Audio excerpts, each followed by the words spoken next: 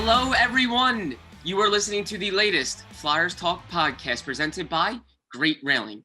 I am Jordan Hall, and as always, I am joined by the dynamic Joe Fordyce, our Flyers pre- and post-game live producer, and we are super pumped to welcome back Taryn Hatcher, who was away in Hawaii visiting her old stomping grounds while also getting all the Flyers news as well.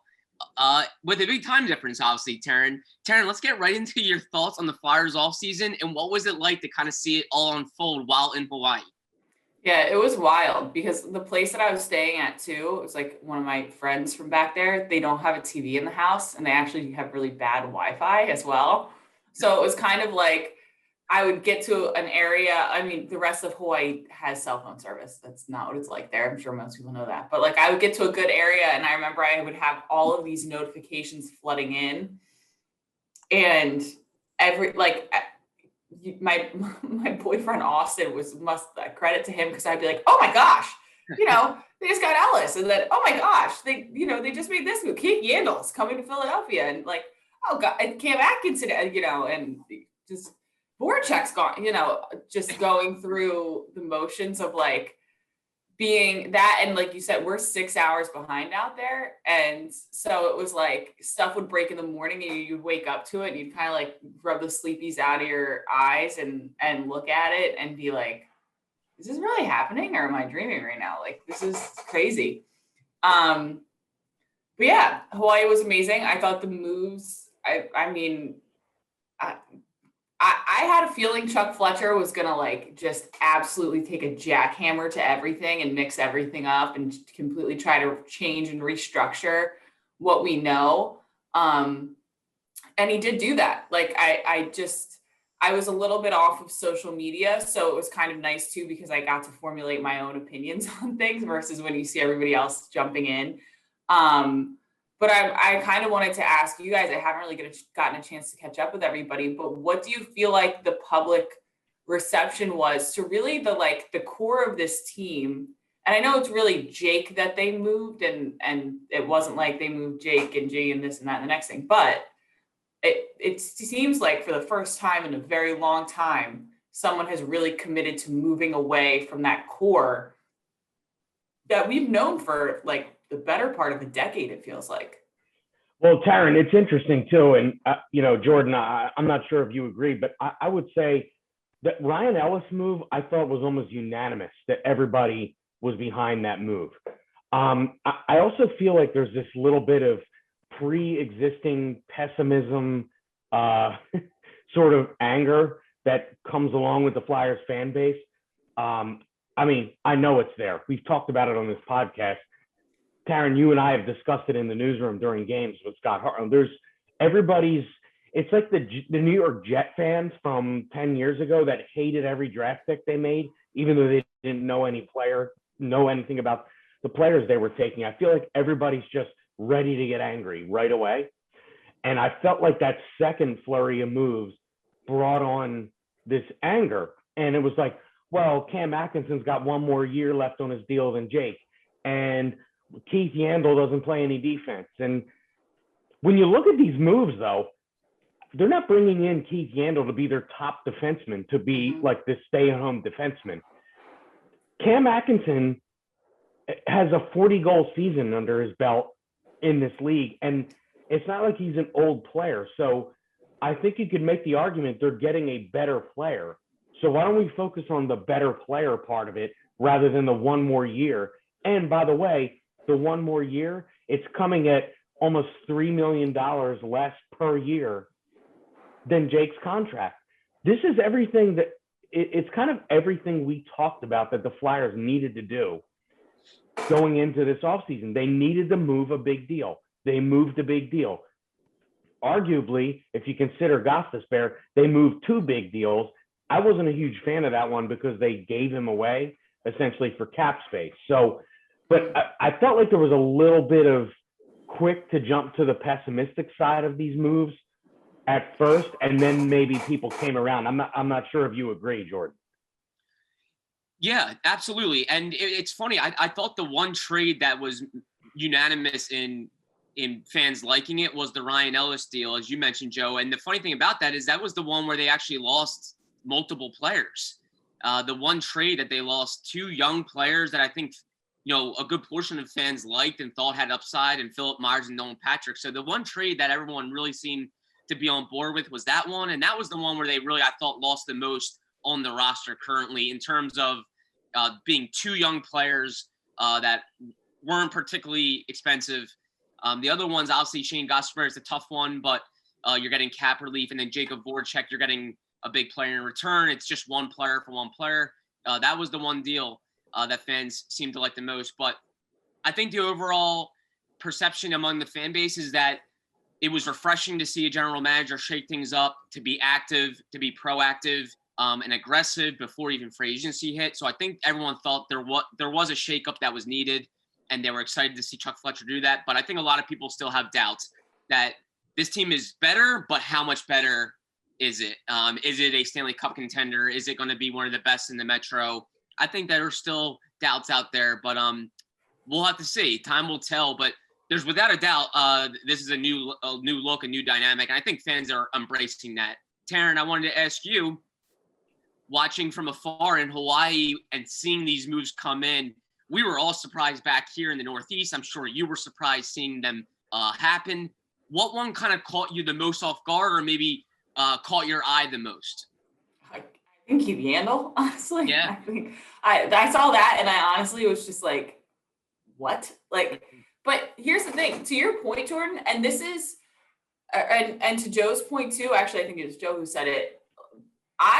And this is why, again, like I said, I liked being out there. I liked not having great internet and being able to like look up these 2 guys, evaluate my opinion, and not have Twitter refresh all the time. Is I was looking at this and I was thinking to myself, he just built three D pairs deep. Because you're talking about, Provorov and Ellis and Sanheim and probably Atkinson maybe, and then Yandel, and so like he's building depth like all the way down. And then you're talking about a Flyers team. We've discussed this many, many times. I know you can't always rely on just these guys got to turn it around, but offensively speaking, with the exception of, I would have loved to see the Flyers make a move to get Tyler Pitlick back to Philadelphia. The forward group 1 year before last season, and the weirdness that all of it was, and Kevin Hayes playing with a herniated disc and all the problems we learned about afterwards, had a really great season where they scored pretty evenly across the board, a lot of contributions, a lot of guys playing well. Mm-hmm. So for me, it was like, I think they did make the moves where they needed to make moves. You couldn't really have Phil playing the way he was and just hope and pray that he'll eventually become a top pair defenseman. I think he eventually could, to be honest with you, but with where the Flyers are at right now and with the age of their players and who's peaking and at what points in their career, I think they couldn't really rely on that, which is why Cam makes sense and Keith makes sense and Ryan Ellis makes sense. But I think offensively, I mean, and this is the other thing, and I'm sure Chuck worded it in a much more professional way than I am, but if I'm Chuck, I'm saying, look at all these moves, look at all these phone calls I made for you guys to have a team that should be good right now. You guys need to be good right now. The rest is on you. I feel like he put together a situation in which Claude Giroux, Kevin Hayes, James Van Riemsdyk, like Travis Connect, like these guys now, it's like, hey, it's on you. You guys have the talent and we have the roster. We're not relying on certain people who need to take the step this year. These guys are proven. Cam Atkinson is a proven guy. I mean, some of the reaction when I talk to people now about Cam Atkinson, I'm like, did you read the right articles? Like, do you know who you're talking about? Because I think Chuck's put together a good team that should be ready as a group to take that next step. You're not waiting on players individually to make certain strides and then hoping the team will follow. Which if I'm a player and I've seen all the moves my manager made to make this team good, like today, then it becomes incumbent upon me to make the changes in my life that I need to make to be good today. So you'd hope that would be the ultimate outcome. And you know what's funny, Taryn? A couple things to follow up on 2 of your points there. You mentioned the 3D pairs deep. also 2 power play units deep. You brought in 2 power play quarterbacks, Ryan Ellis and Keith Yandel, both guys that can handle quarterbacking a power play. The second thing I wanted to follow up on there is, when you talk about Cam Atkinson and talking to Scott Hartnell, we had him on the podcast, but talking to him separate from the podcast, Cam Atkinson's scoring dropped off last year. If we remember, they had Pierre-Luc Dubois there, who was setting him up for goals. They traded him for Patrick Laine, who isn't setting up anybody for goals except for himself. So that's going to affect a guy's ability to score when you bring in Laine, who's a shooter. I mean, it's like an NBA team bringing in a guy that shoots 25 shots a game and wondering why the other guys aren't scoring as much. That can happen in hockey too. And I think that happened with Columbus last year, aside from just them struggling overall and down the stretch playing with what everybody seemed to understand was a lame duck coach in John Tortorella. It seemed to be definitive that he was gone after the season. So, I mean, that's not a great situation for a player to be in. You know, you're not scoring a lot of goals, you're not making the playoffs, and you're giving up a ton of goals, and your number one partner on your line that was setting you up for goals gets dealt for a guy who's a sharpshooter in this league. So, I mean, let's have Cam out there with Giroux. Let's have Cam out there with Kevin Hayes, guys that can set him up, and let's see what he can do. And like you said, Taryn, I see people and heard people saying a lot of things about Cam Atkinson, and I'm like, what? Okay, where is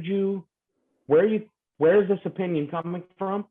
I mean, the only thing I will say, as I was skeptical of, is why would Columbus do this deal? That's the part I couldn't figure out. Yeah, same here. That was I my thought. can't figure it out.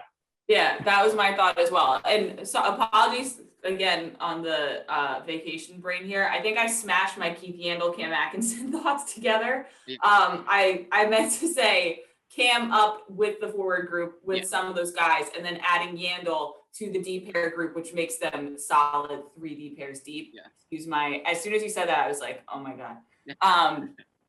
But yeah, I was the same, Joe. I was in the same boat with you when you're looking at, unless it's just that extra year that people here were complaining about, like the thought of Jake's contract and the extra money that comes with Jake that didn't come with Cam, and Cam is still serviceable, is an understatement at his position. And like you said, like the Laine effect, and I know I've talked to a lot of people about this because there was so much talk about Laine to Philly at one point. Like, it seems like the Laine effect is not that Patrick Laine doesn't prove that he is a good hockey player, but he goes to places and the team overall does not seem to take the leap they would expect.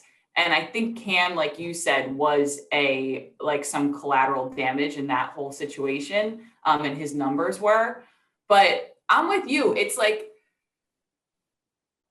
put Cam up with Kevin Hayes, 2 guys who like each other, 2 guys who have, you'd imagine, some chemistry together, 2 guys who are probably going to push each other during practice, out of practice, because they're buddy. Like, let there be new chemistry that develops, because we've seen them run it back forward wise so many times when Jake was here. Like, the default was always, when nothing's producing, put Couturier, Giroux, and Jake on a line together. And then I've always kind of felt like it in the past, like season and a half, it's that lineup, I feel like, tends to do a disservice to the other 3 lines.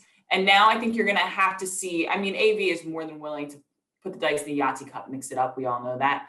But I think you're going to see like a team that at their infrastructure is rebuilt. So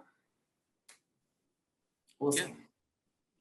Flyers Talk is brought to you by Great Railing. Stop into Great Railing for the highest quality and lowest prices on all your railing, decking, and fencing needs. Yeah, I think an emphasis of this offseason was rebuilding the back end, and that's how contending teams win. They are strong on the back end, from their D pairs to the goaltender, and I think that was the Flyers' focus. I think what Taryn said was spot on with, I think Chuck Fletcher really believes in his forward groups. I think he believes the forwards can play better. They can play more 200-foot hockey. And I think that was shown in his moves. He brought in Cam Atkinson, but lost to Ford and Jacob Voracek. But other than that, the forward group is mostly the same. There's going to be good competition. And we do forget, like Taryn alluded to, in 2019-20, they were 7th in the league in goals per game during the regular season. That was without Nolan Patrick the entire year. That was without Oscar Lindblom for the final 39 games. And that was with Shane Gostisbehere having a hellish season defensively, and we know the offensive firepower he can provide. I think there's more offensive punch now on the back end, and you have a guy in Cam Atkinson who loves to shoot, loves to score. As Joe mentioned, has a 40-goal season on his resume. So I think the Flyers have the ability to score goals. I don't think they were worried about this team scoring goals as much. I think they knew they could score goals. We saw it in stretches last season. The biggest issue was keeping the puck out of your net. And I think they did a lot. They made a lot of moves that really hit on those areas: goal prevention, penalty kill, building from the back end. I think the Flyers did that. So let's get into all these additions. There's a number of them, as we all know: Rasmus Ristolainen, Ryan Ellis, Keith Yandel, Martin Jones, Nate Thompson, and of course Cam Atkinson. If we're most eager to see one of these guys, who would it be? Joe, I will start with you. The addition you're most eager to see, and maybe the guy that can be most impactful in your eyes? I'm going to say Cam Atkinson, and it's for the simple reason that I don't remember the last time the Flyers had a guy that had the potential to score this many goals. Giroux and Voracek, these guys are facilitator type players. And Sean Couturier really is a Mr. Everything for this team. Cam Atkinson is a goal scorer. And I don't remember the last time maybe Danny Briere, but I mean, Danny Briere didn't score 40 goals here. So, back in the early 2000s or in the early 2010s, you had Jeff Carter, you had Scott Hartnell, who would approach the upper 30s a couple times. Those guys were goal scorers. But I'm really eager to see if you put Cam Atkinson on a line with the Kevin Hayes, with the Claude Giroux, as you mentioned, what he can do in terms of putting the puck in the net. That to me is that's the one thing I'm looking forward to. I would also say just those two power plays with quarterbacks, because I really felt like in the times when Shane Gostisbehere wasn't on the top of his game, the Flyers didn't have a power play quarterback, because Provorov really only played one side of the ice. And, he didn't move the offense around in the zone on the power play the way a true power play quarterback would. And I feel like now the Flyers have two of them. So I'm interested in seeing that. And Cam Atkinson's obviously a part of that as well. 100%. Taryn, how about you? What addition are you most eager to see? I'm going to go for one of those defensemen that I meant to bring up in the defensive conversation that I did not bring up in the defensive conversation, which is Ristolainen. I'm really excited to see where he slots in. I'm actually very interested to see how these D pairs break down, and who ends up with, I would suppose, Sanheim on the second D pairing. Because he's 6'4", should be physical, does have some skill. I would love to see what he can do when you get him away from Buffalo, because Lord knows that situation. You can talk to anybody around the league. It's tough on those players and what they went through, especially last year. It's tough on those players. So I'd like to see if he can flourish maybe out of that situation. And it's a young guy that should be a guy who can make an impact. And I would like to see someone be physically imposing defensively, get involved physically, especially you lose Phil, who I think he was listed at 6'4", but is like closer to probably a 6'5", but a leaner guy. I want to see someone pair up with, especially if you can get Ristolainen and Sanheim together on a D pairing. I think it would be interesting to see that physicality. Like, you come out, you've got the skill of Ryan Ellis and Provorov on that first D pair, and then all of a sudden you're dealing with these two big giant defensemen on the Flyers second D pair. I would be very curious to see how that pans out. I would just like to see what he can do, quite frankly, away from Buff. I mean, it's very hard to judge a player based on how things went in Buffalo. It is difficult. And it gives me hope that he can come here and the team can be better than what he was able to help Buffalo do. But when I saw that name pop up, I'm like, ooh, a young physical defenseman who can play defense. Let's see what he can do. Yeah, I have to agree with Taryn too. I was thinking Rasmus Ristolainen because I think he's already become a polarizing figure among fans on Twitter. And I think the upside, the upside and the downside of it can really vary. Was he a byproduct of the situation in Buffalo? Can he be a lot better with maybe lesser minutes, better coaching, more stability? Could he be the first round pick that he was that top 10 pick in that draft? Was he 8th? Yeah, 8th overall. Yeah.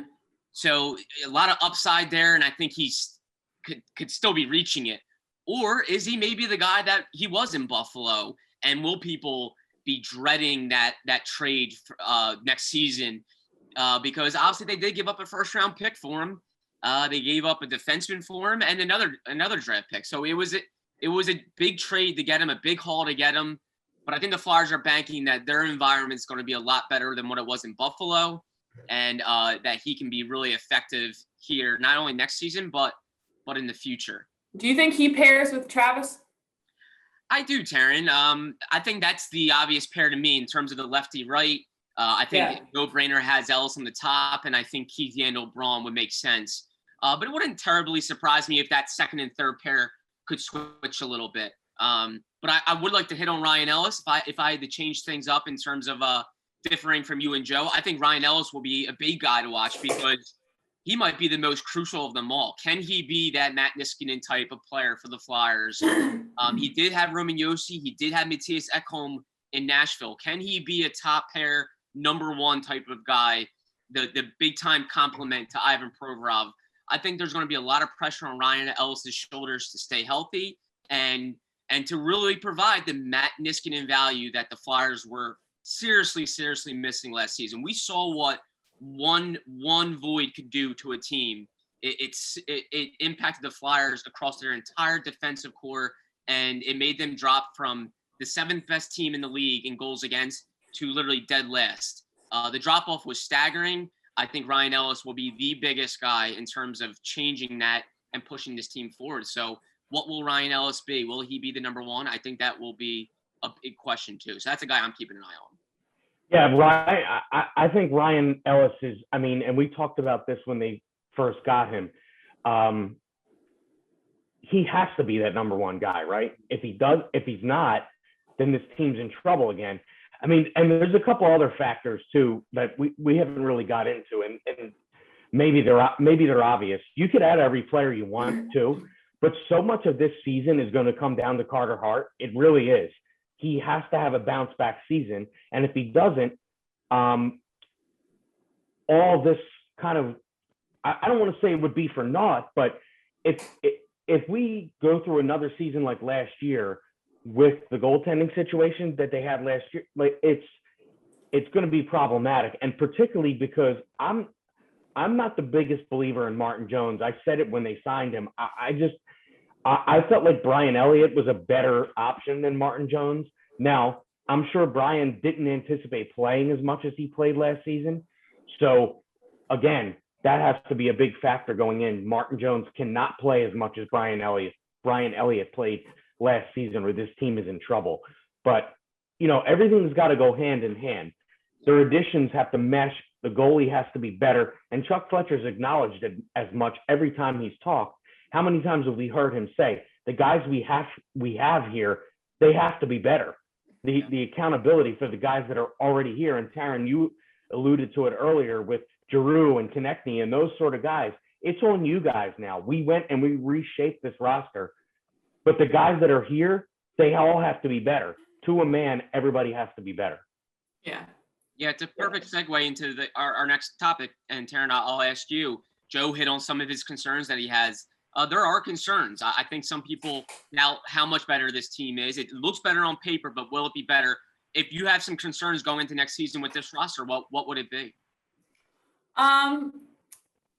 This is less of a concern about this roster, and it was more a concern about last year and something that they needed to address. And I kind of, I I got to thinking about it when I was, and I know I always reference this, when I was listening to Elliot Friedman's podcast, which is, if you want like a scope on the whole league and all of the moves going on, the entire league is a great listen. But he was pointing out, and I thought it was very interesting, that all the guys Chuck Fletcher brought in are character guys, they're chemistry in the dressing room guys, they're we not me guys. And Elliot had mentioned, and he said in his podcast, there's nothing that prompted him to this other than just seeing the changes Chuck made. But it makes you question if whether or not last year Chuck felt like the guys really wanted to play for each other, or if there was really that drive, like, I want to win for the guy next to me. Even if I'm having a bad day, I want to win for him. And that was a huge, huge calling card of the Flyers team a year before that had success. Was they were always playing for each other. They were playing for their situation with Oscar. They were playing for everything going on with Nolan. Like, there's a lot of that. And Al and I even got into it on pregame, was whenever there was a game where there was that like extra plot line involved, the team played well. But Al was saying sometimes your plot line just has to be, we need to win a hockey game tonight. You can't always have these extracurriculars being your driving force.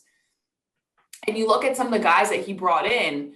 I mean, I look at just Ryan Ellis and the way he handled his interview with us. And I know there are certain people who like read into certain things certain way, but Ryan Ellis gave me very much a similar kind of vibe to the first time that I met Matt Niskanen. And it was just like, I just want to play hockey and I just want to win hockey games. And I'm not really into the rest of this, and just kind of even keeled, even surface all the way through. And and I wonder if that D-core needs that, if they need a Keith Yandel who has played a bajillion games and, you know, has that Ironman streak and is an older veteran guy who's kind of seen it all, dealt with it all, whatever. And we saw the way the reaction went down last year when there was a talk of breaking Keith's Ironman streak. So it makes you think that maybe his teammates like respect him a little bit or something. So the concern for me is that they need to play more for each other this year, especially, hey, let's call a spade a spade. Like, the world is changing all over again right now. Who even knows what this season is going to look like? I have hopes that things will get better, people will get vaccinated, and the world will keep on turning. But you really don't know, and you're going to need a team that can mentally deal with that. And I think it's very evident. Last year, the Flyers mentally did not handle that situation well. But to Joe's point, a big part of that was that Carter Hart didn't handle it well. And there have been rumors and murmurs that last year they were trying to start some contract talks with Carter. And I'm sure this year they're only going to try to have more contract talks with Carter. So it's also like important for Carter himself to kind of put up or shut up here, because one fluky year during COVID, that was weird. That was a 56 game sprint. Like, I think most people at some point will be willing to write that off as weird, but only if you bounce back. And so that second part has to happen, and it has to happen consistently. And like Joe said, if you're making all these moves and Carter just comes back and he can make these wild, crazy saves, but he kind of can't stop pucks right in front of him, or he can't stop those big bounces off his pads, it is kind of all for nothing. But we'll see. The guys just have to have more investment in each other, and Carter has to reinvest in himself, I think, is the two main issues. That's a major storyline. Chuck Fletcher even admitted it. I thought his comments were pretty piercing in the sense that there was a malaise around the team last year. Nobody smiled. Like, that was pretty surprising to me, given how well the season went in 2019-20. Why did it change so quickly? Now, a lot of that was outside factors, the COVID season, what the team went through with their own COVID stoppage, all of the adjustments you have to make as humans in the world of COVID. So that could have had a lot to do with it, but it was weird because I thought there was a sense of newness in 2019-20 with the coaching staff, with some additions, and then quickly staleness kind of crept back in and really brought these changes. But that will be a major storyline, is how these guys develop and build chemistry together. I'm with Joe. I think if there's one question in my mind and one concern, it is goaltending. I think I don't worry about them scoring goals as much. I think there's 30 goal potential across the roster. Like, Travis Konechny has 30 goal potential. Sean Couturier has scored 30 plus goals in his career. James Van Riemsdyk has done it. Cam Atkinson. So I don't really fear the team scoring goals. I think they're better on the back end defensively. Goaltending would be the one thing. Carter Hart bouncing back and looking like himself again. And then you have a guy, Martin Jones, who is 31 and trying to prove that he's not on the decline after 2 real subpar seasons in San Jose. So there are some questions on at probably the most important position in hockey. People always say goaltending, most important position in hockey. I think there's some answers there that need to be shown. And I will say this, I do have some concerns about chemistry on the back end as well. That's 3 new defensive pairs. How quickly can they develop chemistry on all 3 of those pairs? If they struggle to do that early on in the season, we've seen slow starts derail seasons. So that is one thing I will keep an eye on, the new defensive pairs, how quickly they mesh. Taryn, go ahead. Please, teacher, can I speak? Sorry, Jordan, I did not mean to cut you off, but that did prompt a great point, and something I hadn't thought about before is, while yes, they need to develop that chemistry early and kind of figure out who's slotted with who, one of the biggest defensive issues and one of the biggest question marks last year that, I even talked to Mike Yeo about, and he admitted was like a issue they were hoping would kind of not solve itself. They were actively trying to solve it, but just the personnel wise, they were like, how is this going to shake out? Was the fact that they did not have 3 set defense pairs last year. They wanted what they had in 2019, 2020. This guy with this guy, they work well together. This guy with this guy, they work well together. This guy with this guy, they work well together. And they didn't have it last year. And I think if you talk to anybody within the organization, they will tell you it had a negative impact on the defense as a whole. It especially had a negative impact on what Ivan Provorov can do, the way Travis Sanheim handled his season. So I think while you may be dealing with that initial getting over the hump of getting to know each other, the fact now that they should have really 3 defensive pairs, no matter how they shake out. You assume Ellis and Provorov at the top, maybe Ristolainen with Sanheim if you want to go big in the middle like they did with Sanheim and Myers, and then like Yandel and Braun or something, whatever on that back end. You've got 3 defensive pairs, all of which should be very serviceable defensive. Like Keith Yandel and Justin Braun are not like a terrible 3rd defensive pair here. So I think that initial kind of like courting and getting to know each other of the season may not be the prettiest, but the overall outcome should be much more desirable than what they were dealing with before, which goes without saying. But I'm sure they did not want to get in that situation like they had last year again, where it's like, essentially they were just like, Provy stays at the top, Sanheim stays at the 2nd D pair, and everybody else is just, playing musical chairs to try to slot around those 2. If not moving Sanheim up next to Provorov, and this year that shouldn't really seem to be an issue.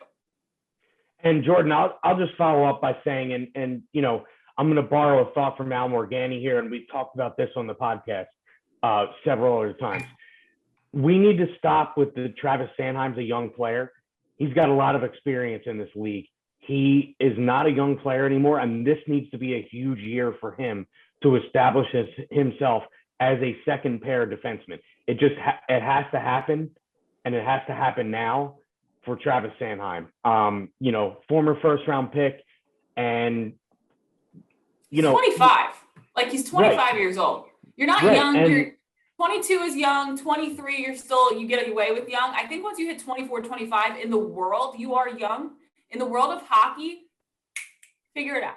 Yeah. Right. And when you've played as many hockey games as he's played, it's got to be now or never. And, that's not an original thought.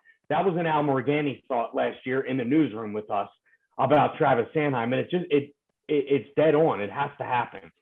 It is. It is spot on. And we're seeing Travis Sanheim right now, obviously in contract negotiations with the Flyers. The Flyers elected for salary arbitration. So there is a hearing set on August 26th. Whether the team and Sanheim eventually get to that hearing, we will see. They can negotiate and strike a deal, but it's kind of crazy because Sanheim set himself up on this 2-year bridge contract to set himself up for that next deal. He had a really good first year of that contract, and then last season just did not go his way. And now there's probably a big there's probably a big difference in where they see he is on the years of his contract, the money, all of it.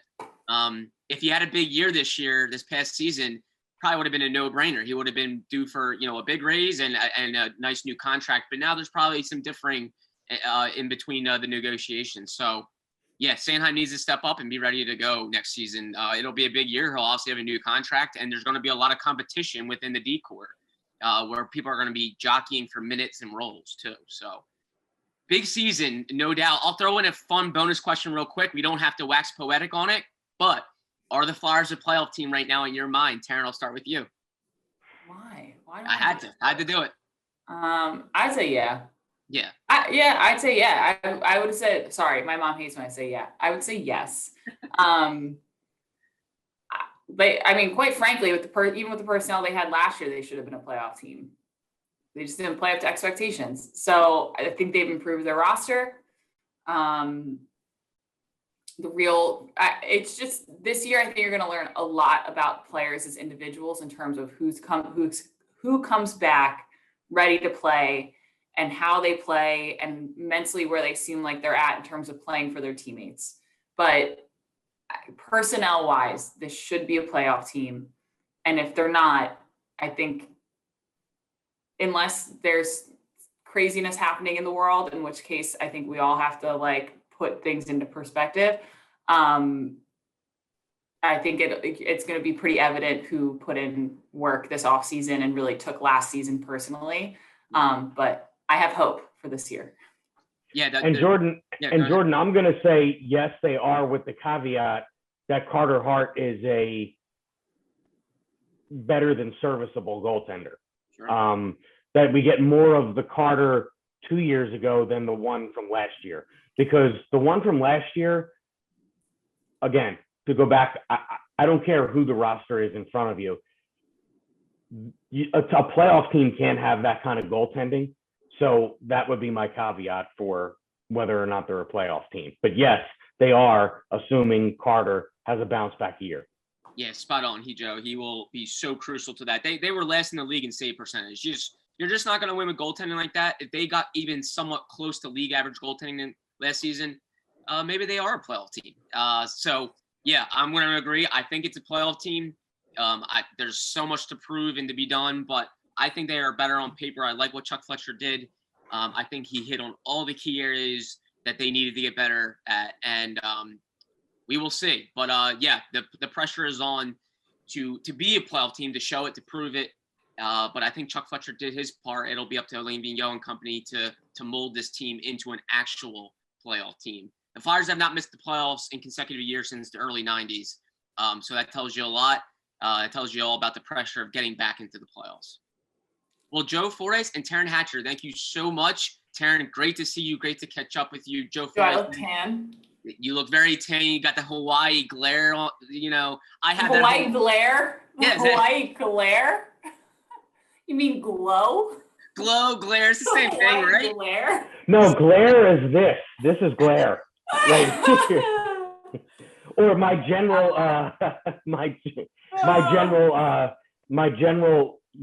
ghostly white Irish exterior.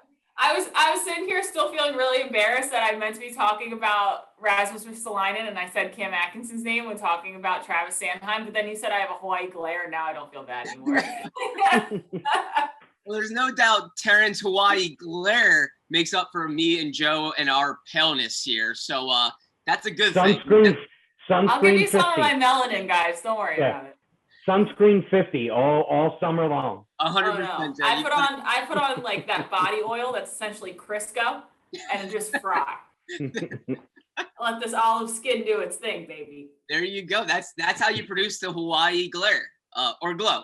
No, it's forever the Hawaii glare now. I know, exactly. I'm going to say that a lot now. But no, seriously, so great to talk with you guys. Love having the crew back, and we'll have so much more to talk about throughout this August as we gear up for September. Before we know it, I think training camp's going to be here, truly. So we're excited for it. But great chatting with you guys. Big time thanks. And big time thank you to Ben Berry, our podcast producer. And a big time thank you, of course, to Flyers fans for listening to this Flyers Talk podcast presented by Great Railing. Wherever you get your podcast, please rate and listen. And we cannot wait to talk to you next time.